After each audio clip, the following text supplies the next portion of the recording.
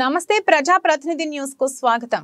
రైతులు కార్మికులు వ్యవసాయ కూలీలు హక్కుల ఉల్లంఘనకు పాల్పడుతున్న బీజేపీ మోడీ పాలనకు వ్యతిరేకంగా ఈ నెల 16వ తేదీన జరిగే గ్రామీణ బంద్ను జయప్రదం చేయాలని సిపిఐ జిల్లా కార్యవర్గ సభ్యులు దండు ఆదినారాయణ పిలుపునిచ్చారు।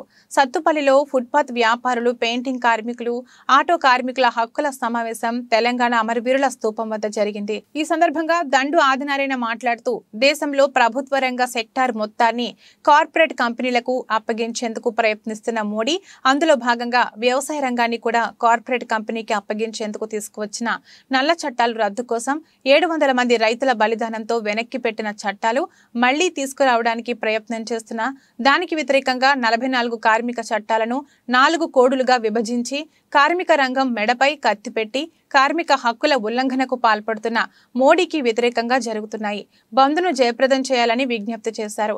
ఈ కార్యక్రమంలో సంఘం అధ్యక్షులు Satyanarayana, Prabhakar, painting workers union convener Jonnalagadda Ramesh, Bhaskar, యువజన సమాఖ్య నాయకులు హమీద్, శ్రీనివాసరావు, జ్యోతి, దయామణి, వెంకటేశ్వర, శ్యామల, చెల్లెమ్మ, రుక్మిణి, ఆటో యూనియన్ నాయకులు సత్యనారాయణ, ప్రసాద్, వెంకటమ్మ, రామలక్ష్మి, రజని తదితరులు పాల్గొన్నారు। పాలన సాగిస్తున్నటువంటి మోడీకి వ్యతిరేకంగా ఈ నెల 16వ తేదీకి బంద్ జరుగుతూ ఉంది। ఈ బంద్లో ప్రజలందరూ పాల్గొని మోడీకి వ్యతిరేకంగా తమ నిరసన తెలియాలని చెప్పి భారత కమ్యూనిస్ట్ ఏఐటీసీ తరఫున విజ్ఞప్తి చేస్తా ఉన్నాం। ఈ దేశంలో నరేంద్ర మోడీ అధికారంలోకి వచ్చిన తర్వాత సామాన్యులు, పేదలు, కార్మికులు బతకలేనటువంటి పరిస్థితి ఏర్పడింది। ధరల మీద ధరలు పెరుగుతూ ఉన్నాయి, ధరలు ఆకాశాన్ని అంటుతా ఉన్నాయి, పేదలు ఇబ్బంది పడుతూ ఉన్నారు। కాబట్టి ధరలను తగ్గించాలని చెప్పి డిమాండ్ చేస్తూ రైతులకు వ్యతిరేకంగా రైతు చట్టాలకి నల్ల చట్టాలను తీసుకొచ్చారు। ఈ నల్ల చట్టాలు రద్దు చేయాలని చెప్పి డిమాండ్ చేస్తూ బంద్ జరుగుతూ ఉంది।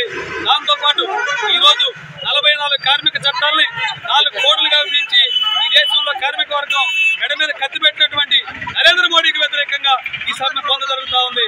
కాబట్టి ఈ దేశంలో నరేంద్ర మోడీ ప్రభుత్వం అవలంబిస్తున్నటువంటి ప్రజా వ్యతిరేక విధానాలకి వ్యతిరేకంగా ఈ బంద్లో పాల్గొని ప్రజలందరూ కూడా రైతులు, వ్యవసాయ కూలీలు, కార్మికులు, కష్టజీవులు అందరూ కూడా ఈ బంద్లో పాల్గొని ఈ 16వ తారీఖు జరిగే బంద్ని జయప్రదం చేయాలని చెప్పి విజ్ఞప్తి చేస్తా ఉన్నాం।